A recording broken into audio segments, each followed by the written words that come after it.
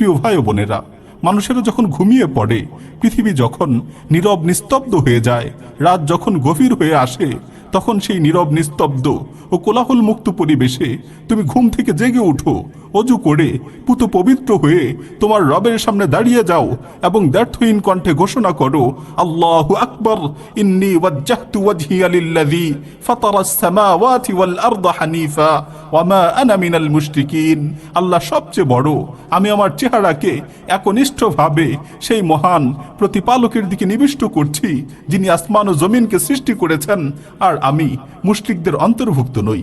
প্রিয় ভাই ও বোন, একটি উদাহরণের দিকে গভীরভাবে লক্ষ্য করো। মনে করো, যদি কোনো দেশের প্রধানমন্ত্রী ঘোষণা করে যে ব্যক্তি শেষ রাতে ফজরের 2 ঘন্টা পূর্বে আমার প্রাসাদের সামনে এসে হাজির হবে, সে আমার কাছে যা চাবে আমি তাকে তাই দিব। সে যদি বাড়ি চায় তাহলে তাকে বাড়ি দিব, সে যদি গাড়ি চায় তাহলে তাকে গাড়ি দিব, সে যদি চাকরি চায় তাহলে তাকে চাকরির ব্যবস্থা করে দিব। আচ্ছা, তোমরাই বলো তো, এই ঘোষণার পর দেশের মানুষগুলোর কি অবস্থা হবে? সকলে কোথায় থাকবে? নিশ্চয় সকল মানুষ এই গভীর রাতে আরামের ঘুমকে উপেক্ষা করে প্রধানমন্ত্রীর বাসভবনের সামনে সিরিয়াল ধরে দাঁড়িয়ে থাকবে, কারণ তারা দুনিয়ার এক তুচ্ছ প্রধানমন্ত্রীর প্রতিশ্রুতিতে বিশ্বাস করে।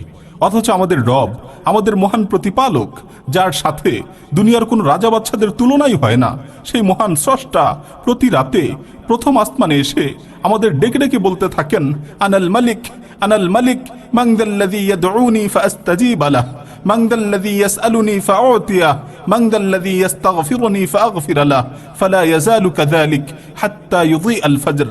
আমি বাদশা, আমি রাজাধিরাজ, কি আছো এমন যে আমাকে ডাকবে, আমি তার ডাকে সাড়া দিব? কি আছো এমন যে আমার কাছে প্রার্থনা করবে, আমি তার প্রার্থনাকে পূর্ণ করব? কি আছো এমন যে আমার কাছে ক্ষমা চাবে, আমি তাকে ক্ষমা করে দিব?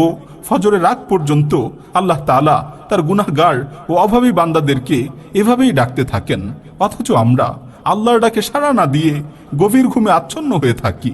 প্রিয় ভাই, ফুটবল বিশ্বকাপ চলাকালীন মুহূর্তে তোমার পছন্দের দলটির খেলা যদি শেষ রাতে হতো, তাহলে কি তুমি ঘুমিয়ে থাকতে?